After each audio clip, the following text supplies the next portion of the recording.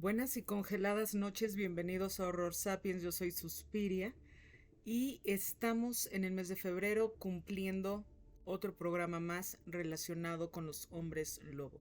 Muchas gracias por los comentarios a todos los que han estado por ahí, Jaime, Carmen, este, Filberto, Cutberto, Alberto, Marco, todo, obviamente Doctor Cobalt, Sandrita Becerril, adorada que siempre estás con nosotros, siempre es un placer tenerte por acá.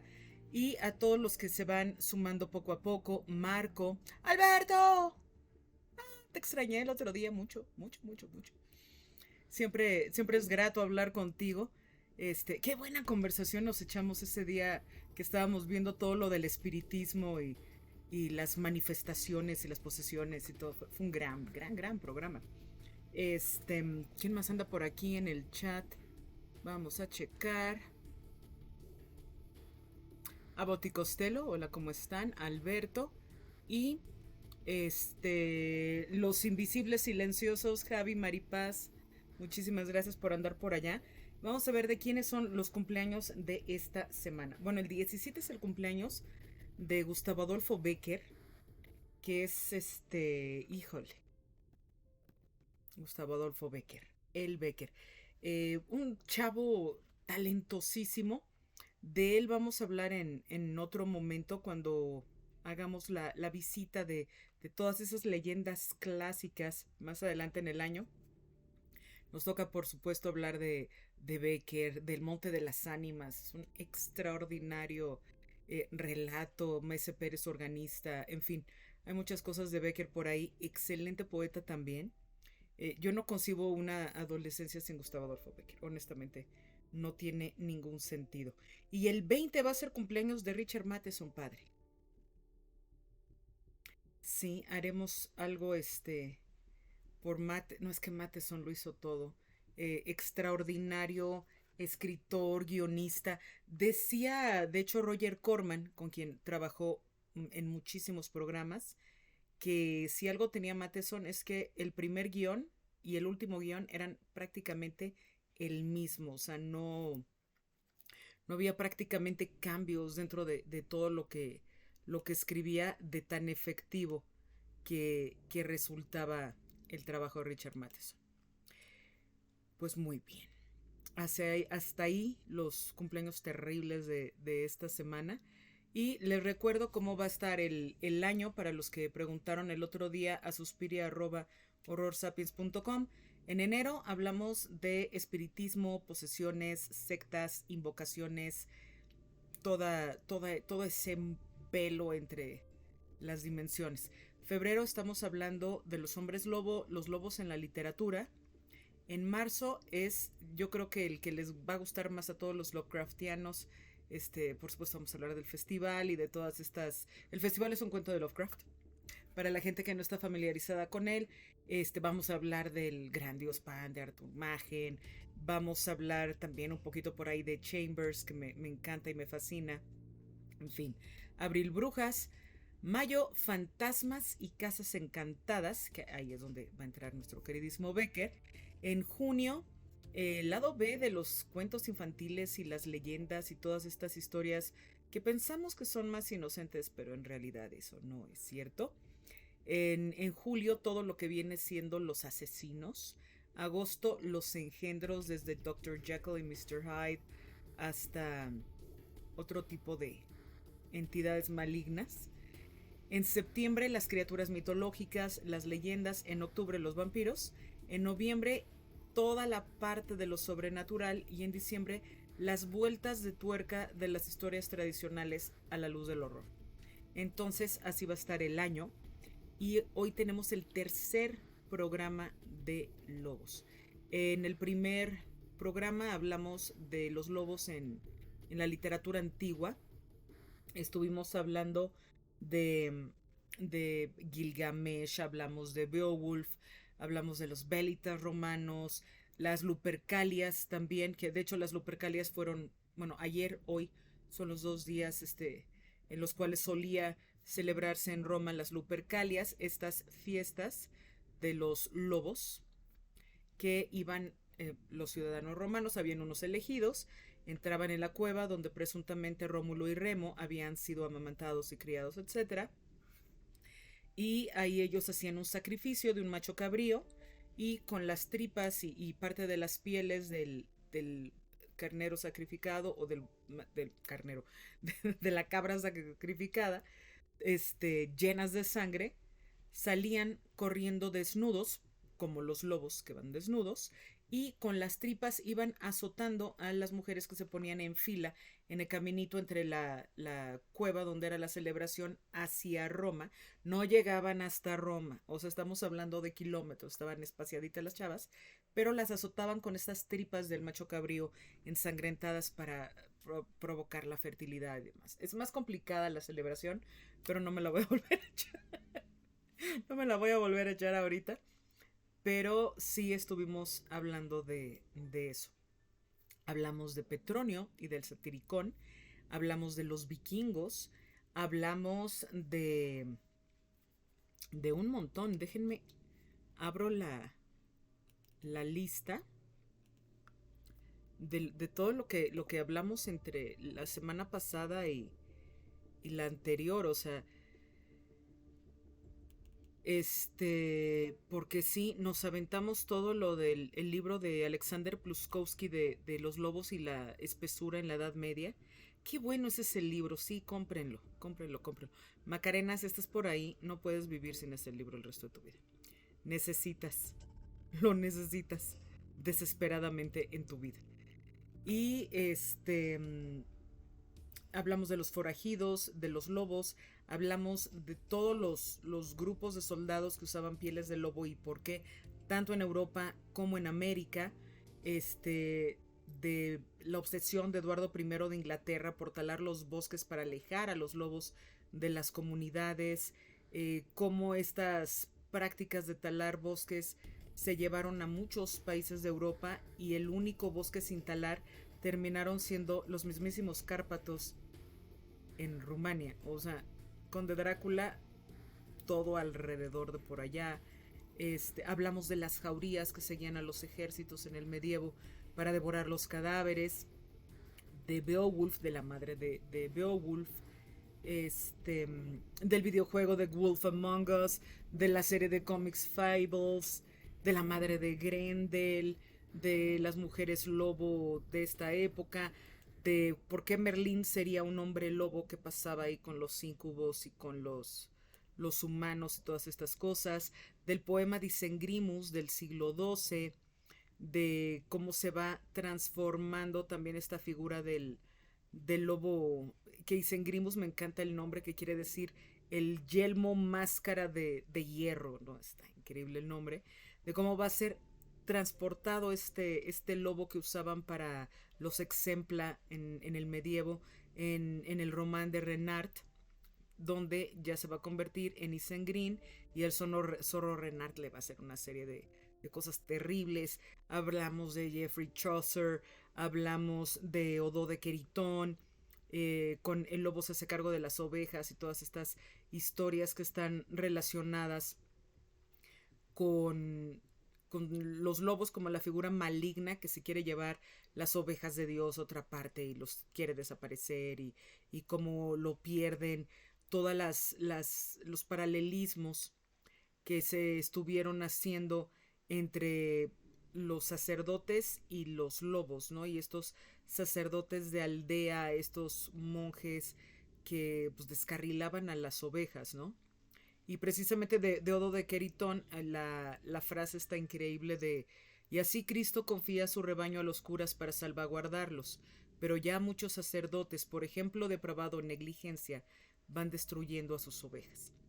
Hablamos de la etimología de licos por el rey Licaón, que cómo se va a convertir de licos en lupus, todo el rollo de la etimología del griego al latín. De la figura de los lobos como opresores de otros animales en estas fábulas del siglo XIII hacia XV, todo lo que hay por ahí, la concepción maléfica del lobo de los cristianos, mucho por los padres de la iglesia que empezaban a hacer ahí unas extrapolaciones tremendas, como que, ¿por qué nacen en los truenos de mayo los lobos? Pues eso, nacen con los truenos, igual que Lucifer cayó del cielo. Pues sí, ¿qué más bajó del cielo una hermosa mañana? Pues no, no terminamos nunca. Este... Y la otra frase también del lodo de Queritón que luego me dijeron que si la podía repetir, con mucho gusto. Esa frase, es que estoy viendo aquí mis notitas, ustedes disculparán. Esa frase de Odo de Queritón es del relato que se llama El lobo que ansiaba ser un monje, y usaba el proverbio inglés que dice: a pesar de que un lobo logre convertirse en sacerdote y se siente a recitar los salmos y aprender de los libros, su mirada siempre estará fija en la espesura del bosque. Pedazo de frase. Es preciosa, me encanta, me fascina. ¿Qué más? Hablamos de los lobos en las heráldicas de las batallas medievales, de qué pasaba con los lobos, cómo se representaban, si miraban a la derecha, si miraban a la izquierda, si estaban rampantes, si estaban de frente, si era el cuerpo completo, si estaban en movimiento, si estaban quietos, si estaban aullando. Toda esta parte de las heráldicas de los lobos, que son principalmente de Escandinavia, también la repasamos por ahí. De las tribus americanas, los grandes jefes de los nativos americanos que fueron exterminados de una manera infame eh, durante varios siglos, como para los americanos el significado del lobo tenía que ver con la inteligencia, la maestría, la organización, la caza, y tener una piel de lobo arriba de un gran jefe pues era una cosa impresionante. Hablamos de los celtas, de los dibujos del lobo, de las abstracciones. Fueron eternos los dos programas anteriores. O sea, me quedo pensando, este programa me habrá quedado algo que decir acerca de todo esto. ¿De qué más? De Fenrir, ¿no? Todo este relajo que traía Loki con la giganta Angerboda. Hablamos de Ragnarok, de la profecía de que Ragnarok iba a este lobo terrible iba a devorar el sol, y en medio de las tinieblas Odín lucharía con él, pero Fenrir el lobo se lo iba a tragar, y iba a ser Vidar, el hijo de Odín, quien pudiese rescatar a su padre, ¿no? De Fenrir, atravesando ya sea su corazón o quebrando las fauces del lobo hacia afuera.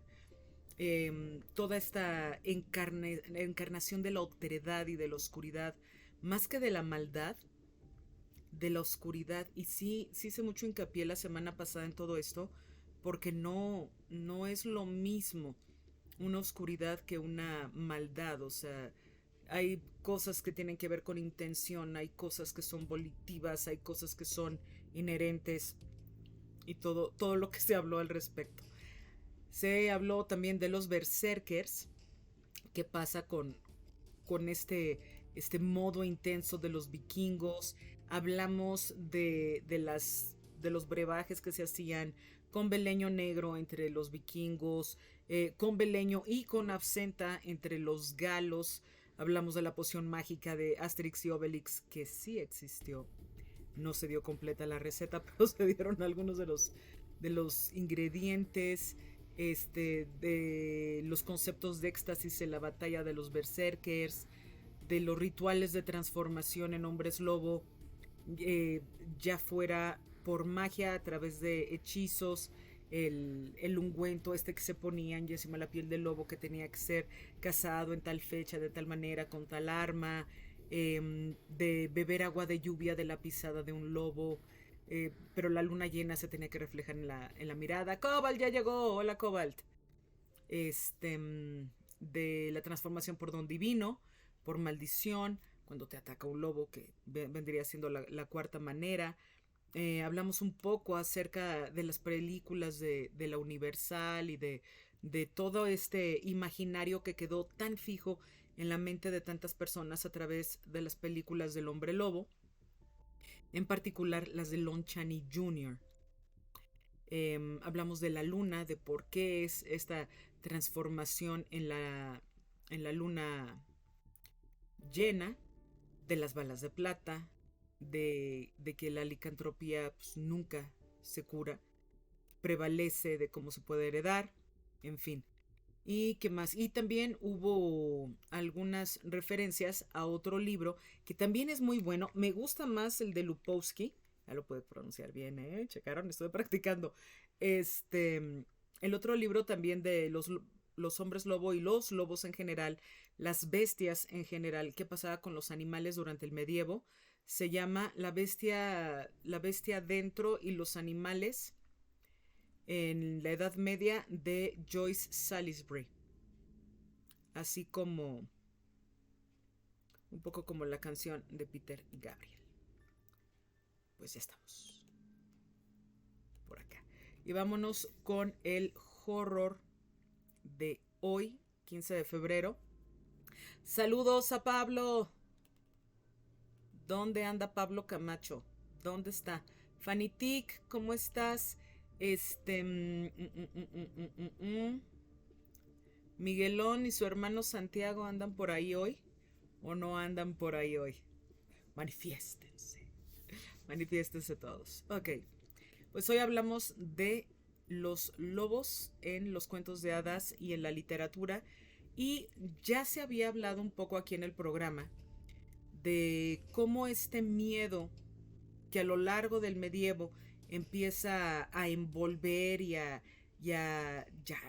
encarnarse en todas las creencias del campesinado medieval europeo, de que los lobos eran una encarnación del mal, de que el diablo tenía que estar dirigiendo a los lobos, porque era imposible que los lobos fueran tan inteligentes como que para tener una estrategia de caza en conjunto.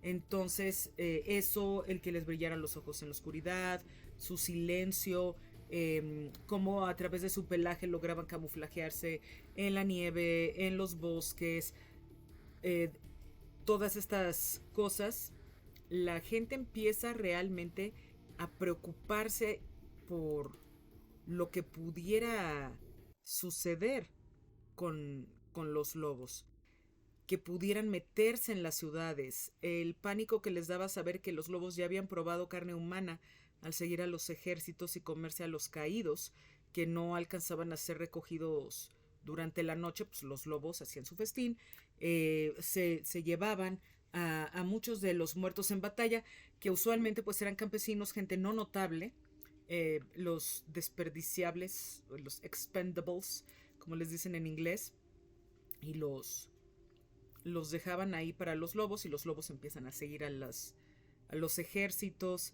y empiezan a haber una cantidad de ideas tremendas.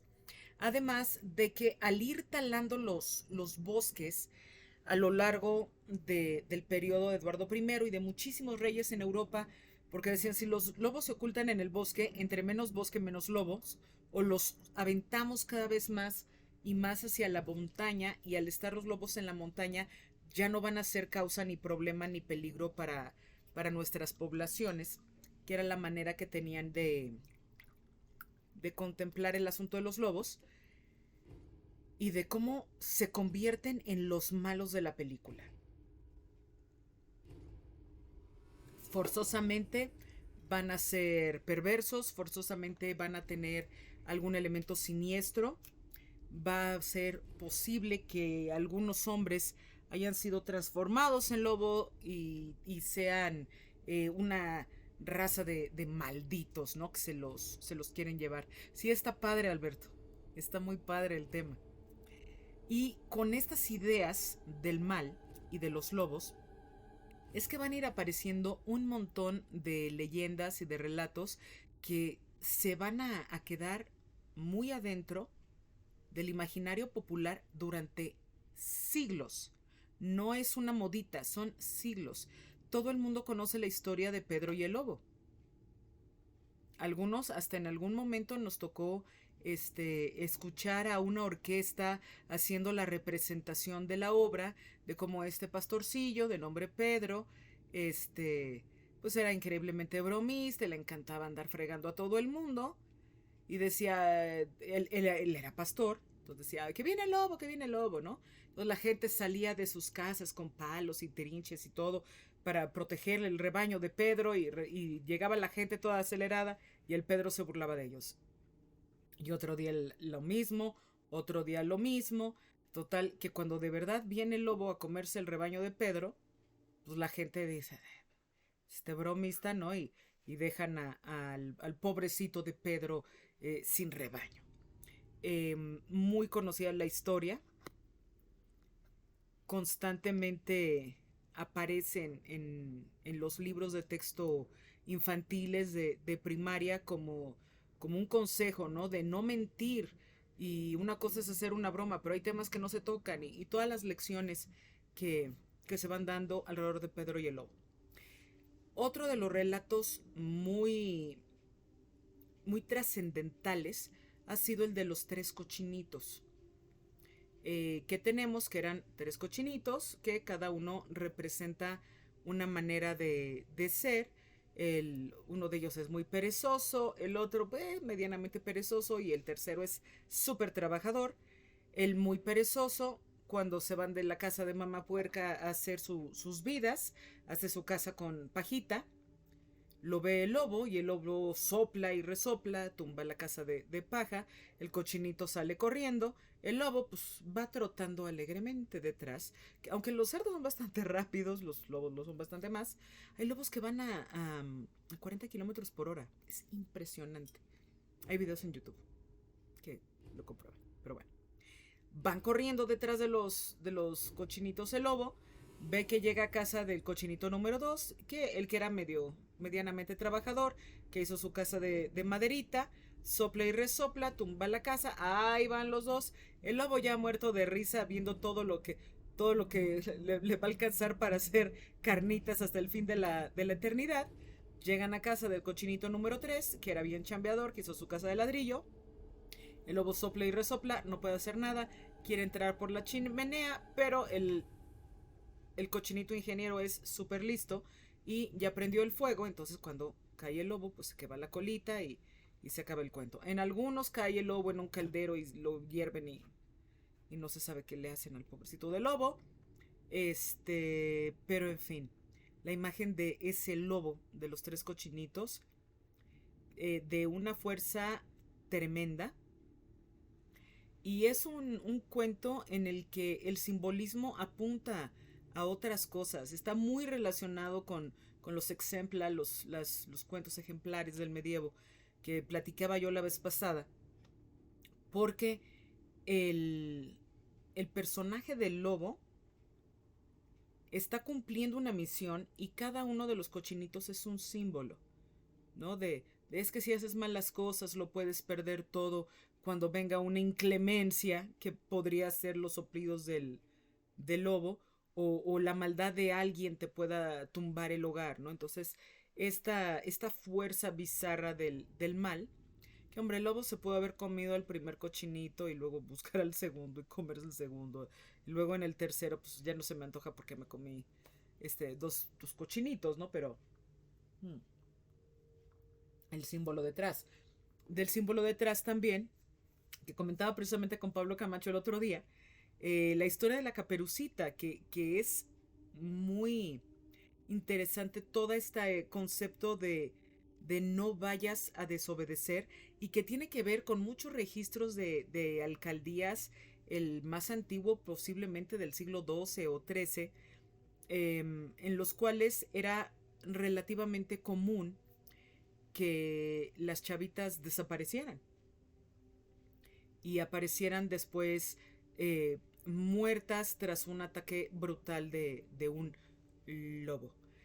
Las historias vistas a la luz del siglo XX, haciendo un análisis mucho más forense, bueno, con orientación forense más bien, porque pues no tenemos nada in situ para trabajar, de qué era lo que pasaba y muchísimos casos de hombres de una aldea que se enamoraban de una muchachita jovencita de 12, 13 años y cuando la muchachita se internaba en el parque para cualquier mandado o no, para darse besos con el novio, lo que quieran, estos hombres la seguían, abusaban de ellas y obviamente las chavitas, pues si llegaban de regreso a la aldea y le decían a su papá, mire, me violó el vecino Godofredo, bueno, pues el vecino Godofredo entre el papá y los hermanos de la niña, pues iba a tener una muerte lenta, muy lenta y por supuesto muy dolorosa. Entonces, pues la mejor manera de evitarse un problema era sin duda matando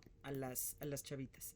Y la manera que se era más fácil tapar o ocultar la muerte de la chava era sin duda haciendo un ataque falso. No era difícil conseguir las cabezas de lobos, las fauces, y medio desgarraban a las chavas para que este, se viera que habían sido atacadas por un animal. Digo, cualquier persona que haya visto un ataque de lobos sabe que los lobos no iban a dejar el cuerpo de la chava. No lo iban a dejar ahí a medio comer, o sea, va a ser que no.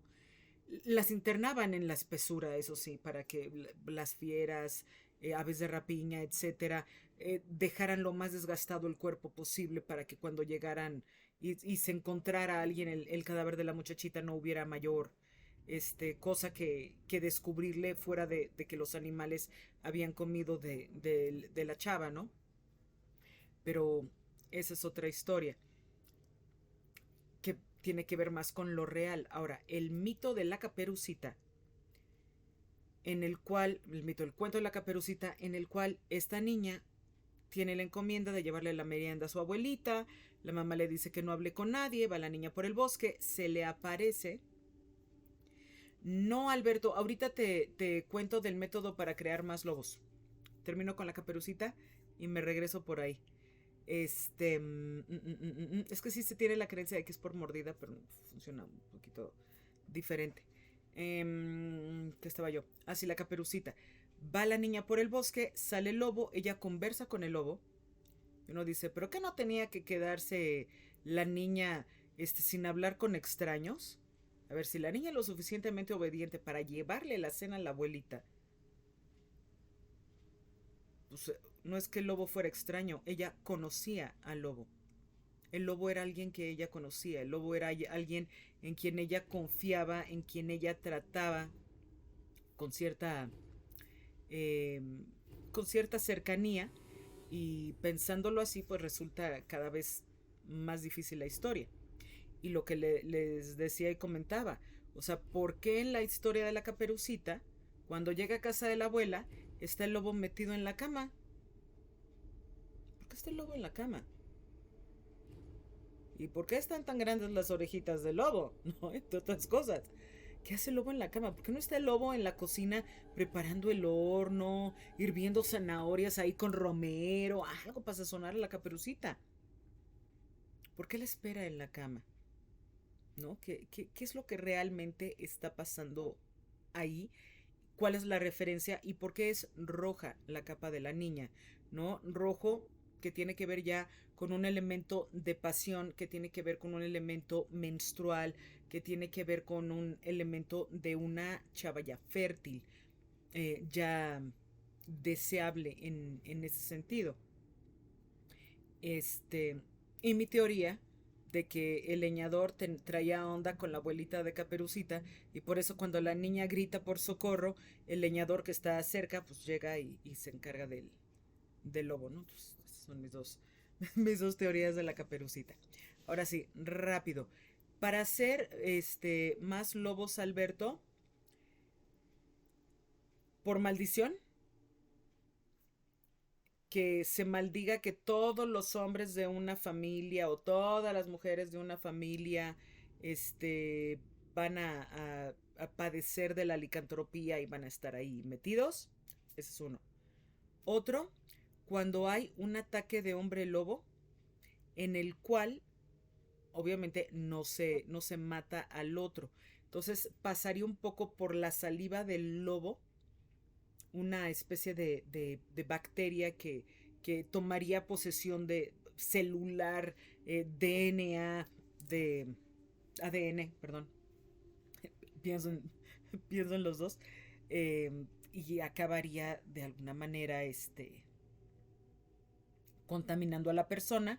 Y una vez que esta persona ya tiene la licantropía, ya puede heredarla, eh, sea hombre o mujer, a su pareja ya puede heredar ese gen. Pero no es como los vampiros de que yo bebo de tu sangre y tú bebes de la mía y todos tenemos todo este sexy hanky panky, no va por ahí.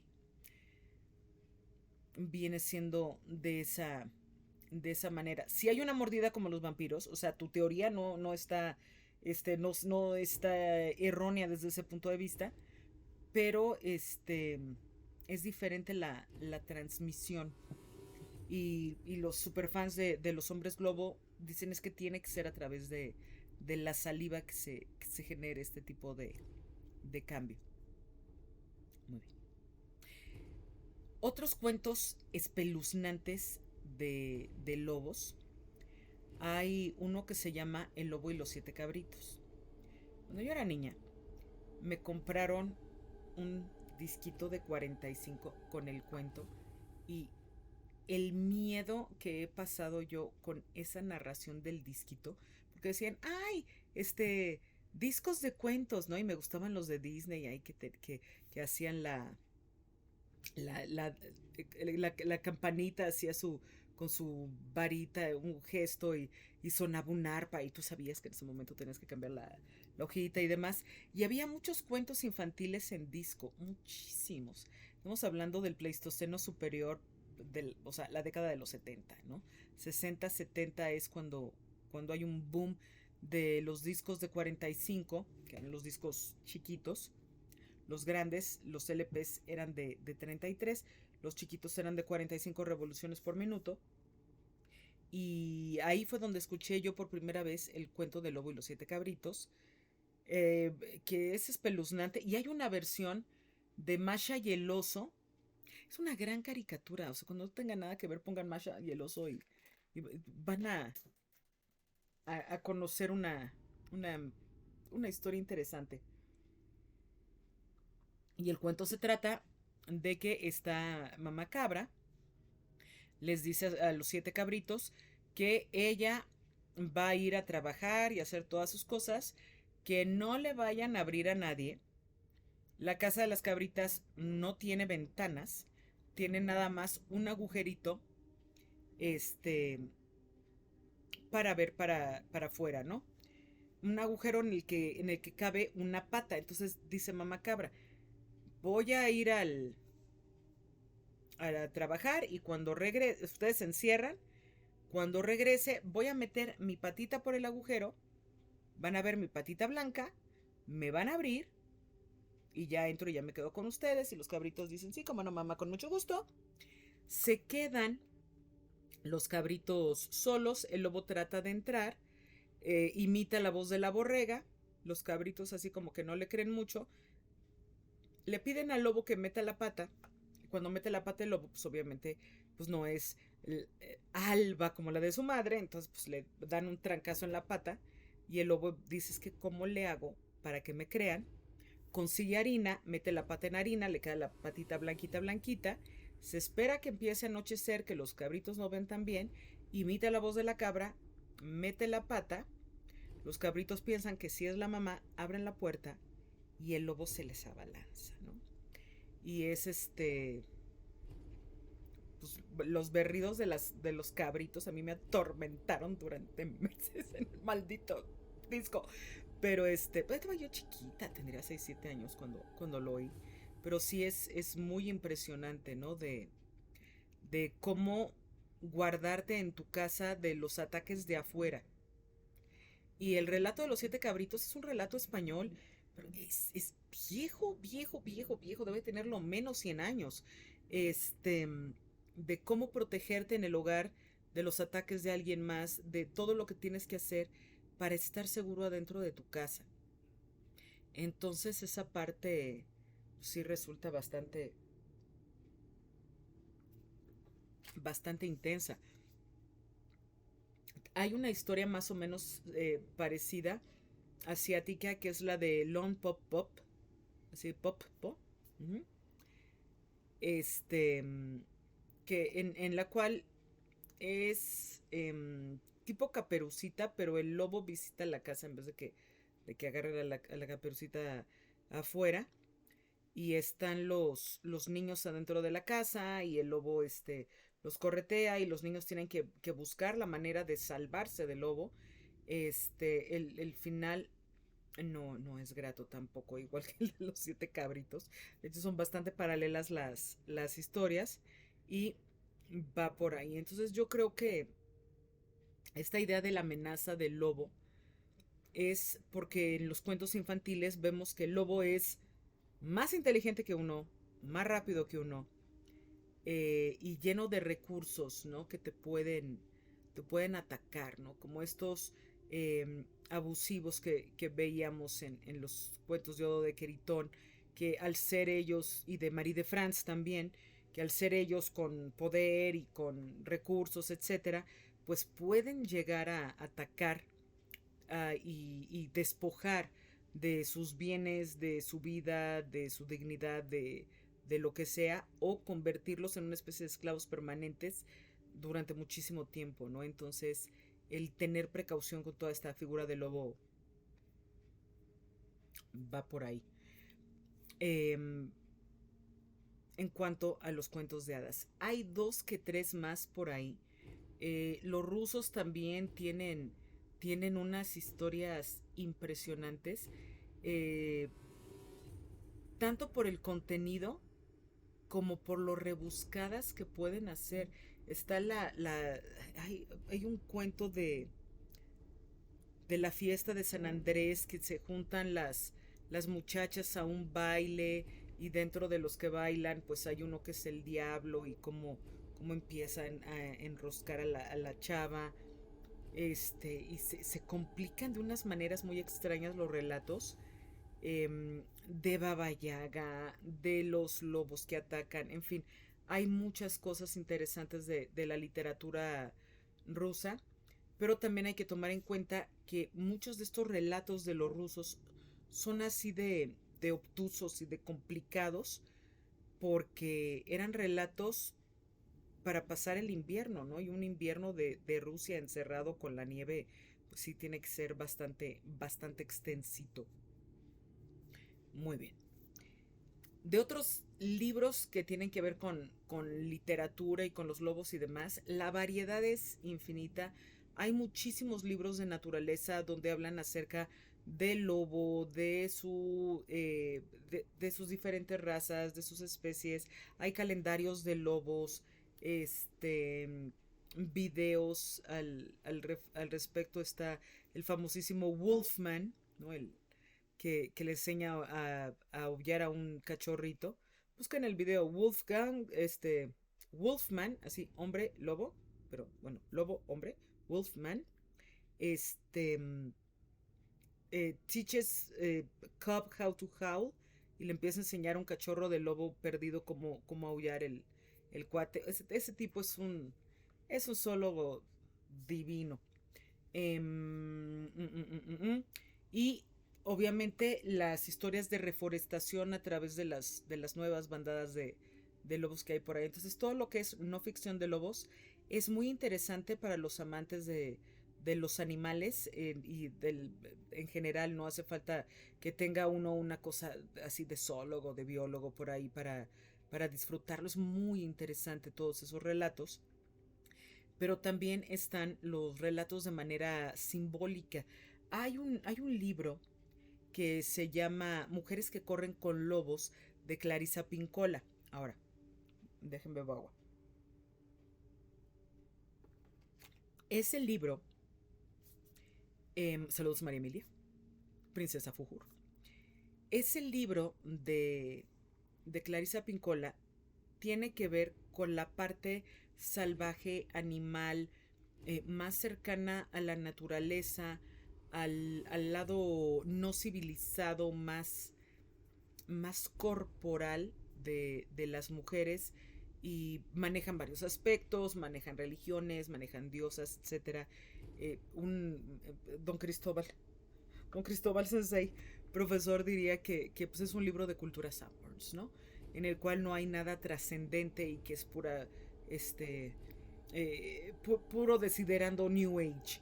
Sin embargo, hay algunos elementos interesantes en el libro para la gente que se afecta de todo ese tipo de relatos de las diosas, de la mujer, de la parte anímica, de la parte wicana, del acercarse más a, a las fuerzas propias de la naturaleza.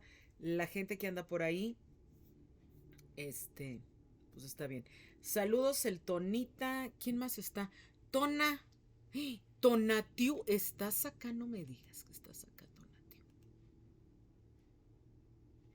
No me digas. Tonatiu, ¿estás por acá? Tona, te extraño. ¿Cómo está Jessica? Qué emoción tenerte por este lado, Tona. Me encanta tenerte por acá. Nos queremos muchísimo. ¿Cómo está mi Tona? Sí, yo sí el Tonita, pues sí, Tonatiu, pues ¿quién más? Sí, te extraño muchísimo. Los extraño. Es que luego crecen ustedes. Se desaparecen. Se convierten en licenciados y cosas raras. Sea pues. Ok, saludos por allá. Sí, ¿cómo crees que está Jessie de maestra? Hombre, pues salúdamela muchísimo. Tanto que platicar. Luego mándame ahí en el Face. Escribimos con calma y platicamos y dale besos a tu hermana. Que anda de novia ahorita, creo, ¿no? Divina la Jessie. Pues vamos por allá. Más libros que tienen que ver con animales, pero estos sí ya más enfocados a los animales. Está, por supuesto, Colmillo Blanco de Jack London. Es espeluznante. Hay películas animadas que luego encuentro uno por ahí. Gracias, Tona. Las películas de Colmillo Blanco, la novela de Colmillo, es de esas que el corazón está así de este perro lobo que vive en el Yukon y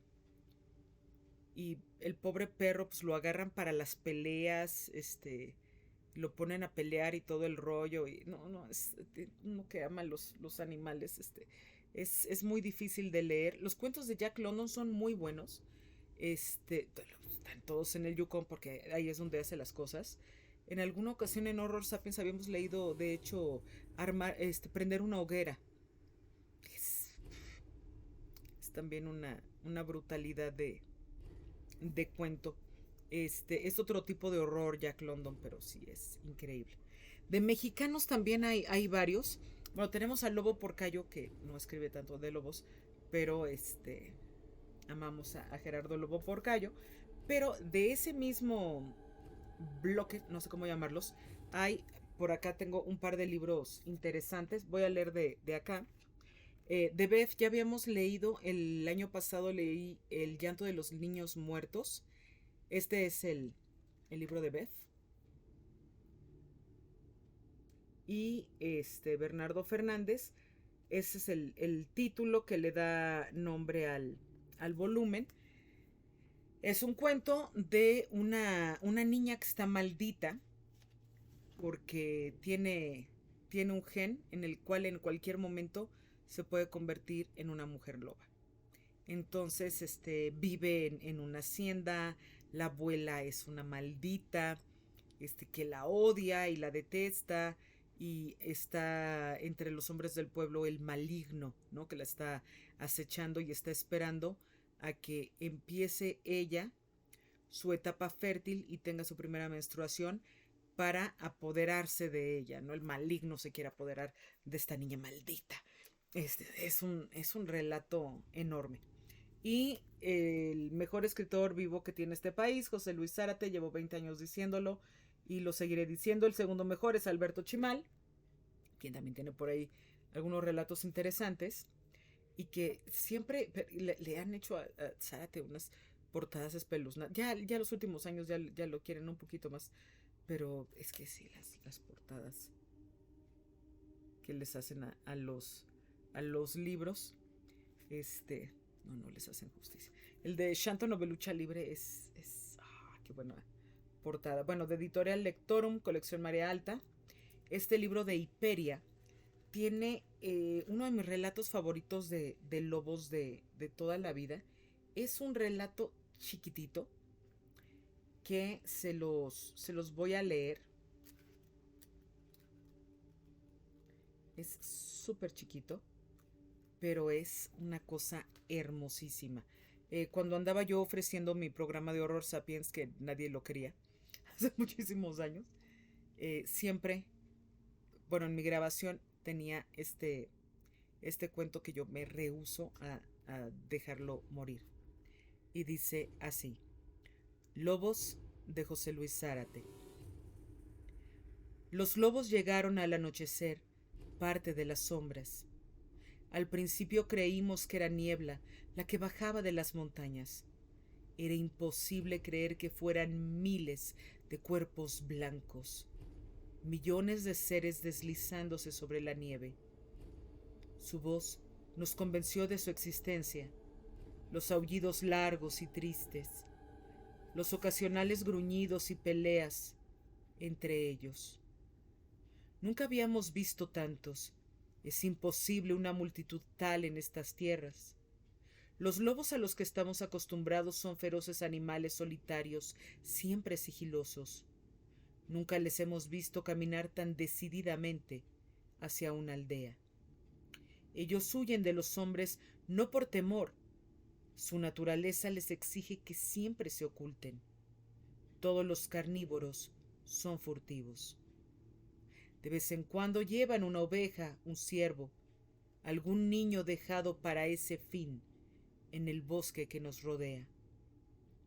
Son siempre lo fugaz, pequeños pasos persiguiéndonos en nuestras pesadillas. Nadie los ha visto por mucho tiempo. Todos los encuentros han sido fortuitos, leves, casi instantáneos. El hombre o el lobo huyen de inmediato. Hay algo terrible en observar a la bestia, a sus ojos muertos, su pelambre feroz, su enorme fuerza. Solo las víctimas deben ver en su magnificencia al lobo, no un simple observador. Uno adivina que es parte de un rito inmemorial, el encuentro último, la voluptuosidad de la muerte, de la sangre corriendo sobre la nieve, de la carne que se ofrece sin resistencia a las fauces ansiosas. Nadie ha visto cómo mata el lobo. Imaginamos una ceremonia terrible y satisfactoria para la bestia. Llora en la noche su nostalgia por los dulces momentos de la muerte. Nadie ha matado un lobo, porque intentarlo es tan inútil como tratar de derribar la nieve. Y ahora vienen, una nevada de lobos, miles, millones, bajando por las montañas. ¿Qué ha pasado con las aldeas que se han encontrado en el cauce de ese inverosímil mar? No lo sabemos. El río de lobos nos ha aislado del mundo. Podemos ver su avance interminable, pero no su fin. ¿De dónde vienen? ¿A dónde se dirigen? ¿Qué será de nosotros? Nos hemos parapetado lo mejor que hemos podido, reforzando las puertas, tapiando las ventanas, almacenando el grano suficiente para sobrevivir unos días. Hemos orado sin respuesta. Aguardamos. Primero los pasos como una lluvia pertinaz, luego la sensación de avance, el múltiple rozar de pieles contra nuestros muros, el opresivo olor de su aliento. No tratan de derribar nuestras casas, no pelean por apoderarse de nuestras carnes. Pasan, simplemente pasan, 1, 2, 3, docenas, centenas, millares.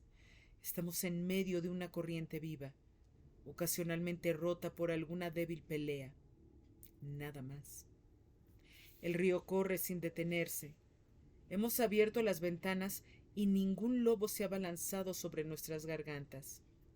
Pasan. Su marcha no es forzada. No parece que huyan.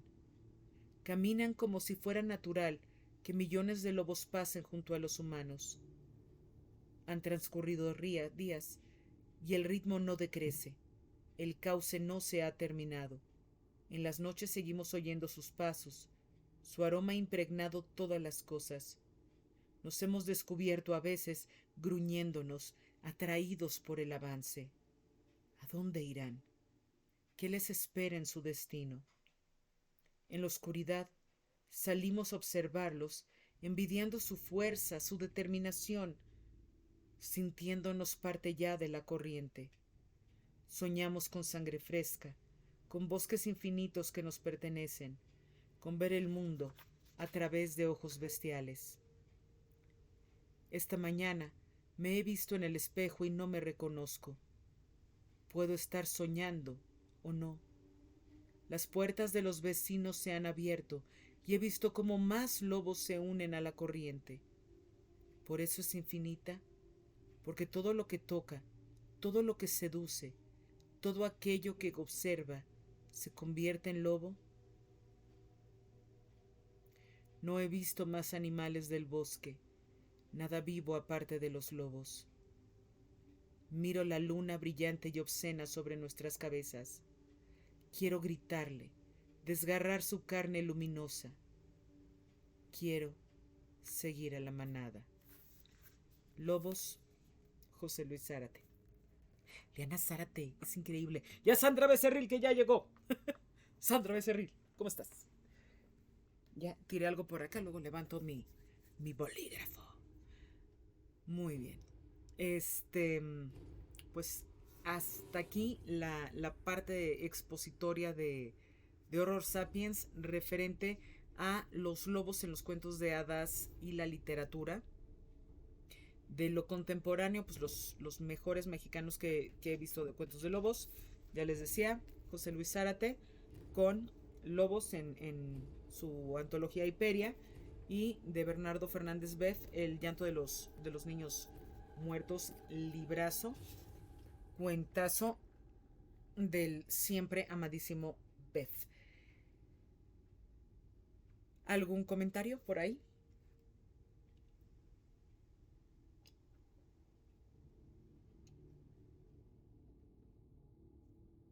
¿Ninguno? Muy bien. Levanto el bolígrafo.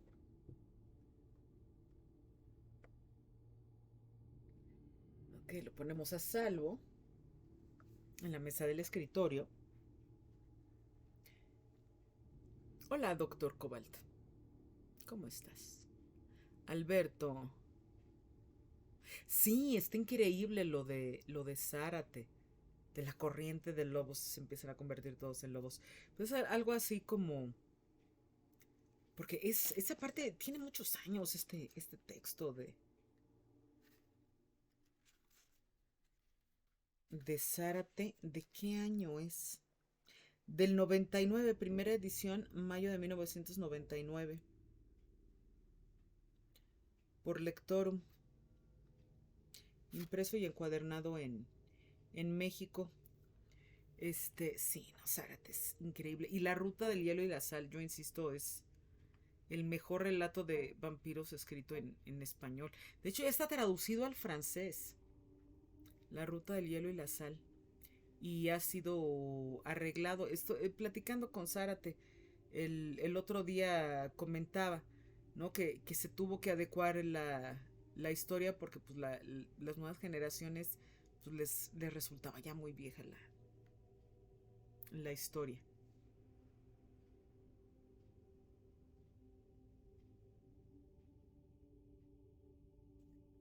Muy bien, comentarios por acá.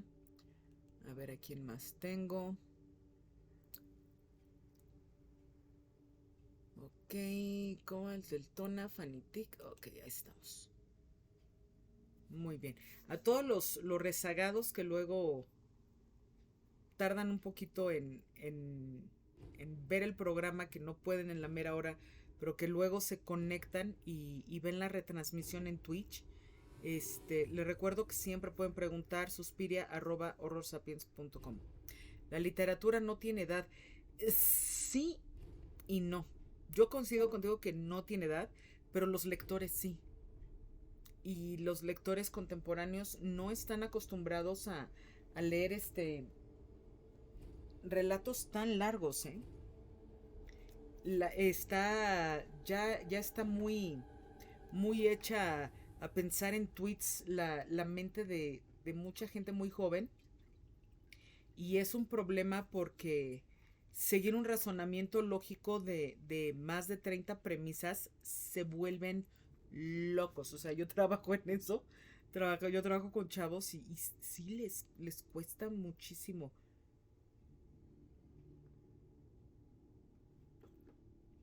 Los relatos más largos sí les cuestan un montón. Un montón. A ver, vamos a ver qué tenemos para la semana que viene planeado por acá. ¡Ay, Boris Vian! Ya decía yo. Tenía que bajarle un poquito a mi pantalla. El Lobo Hombre en París, la novela de Boris Vian, que hasta está la canción de la unión de Aú, Lobo Hombre en París, su nombre es Denise. Y pues la canción prácticamente cuenta toda la historia. Se va a tener que modificar a memes. muy, buen, muy buen comentario.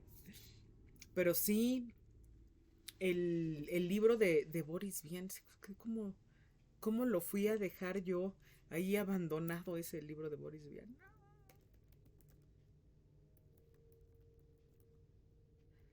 Sí, se llama El Lobo Hombre, el libro.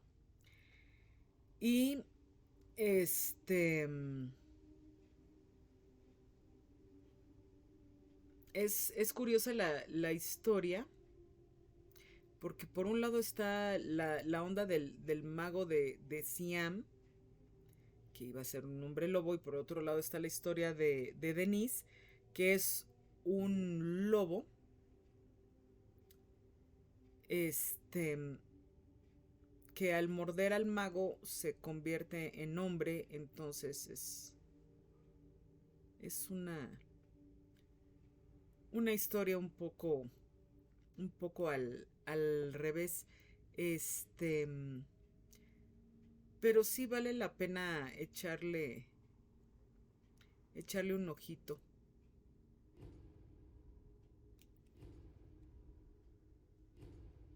Al Lobo Hombre de Boris Vian.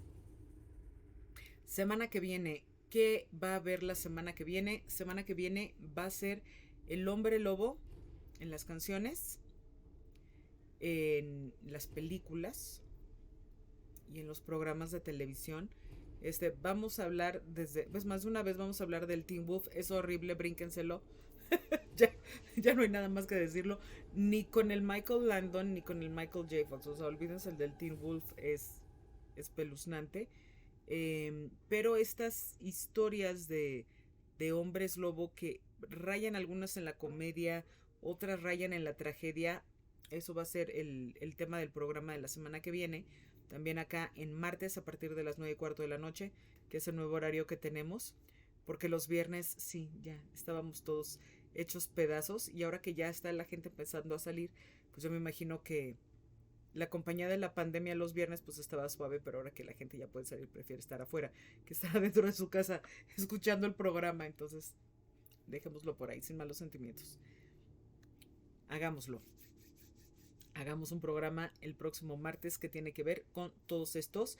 Y por supuesto va a hablar de los lobos de la Universal, de Lon Chaney, de Benicio del Toro, que es el más reciente hombre lobo de la Universal, todo lo que tiene que ver con estas transformaciones, los efectos especiales y lo que esto implica a nivel cinematografía y narrativa.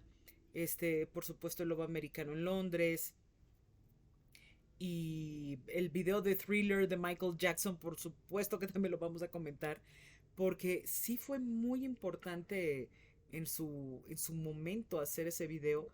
Fue muy caro, fue muy extraño, y aunque al final termina siendo todo un baile de zombies, que odio los zombies, pero muy bueno.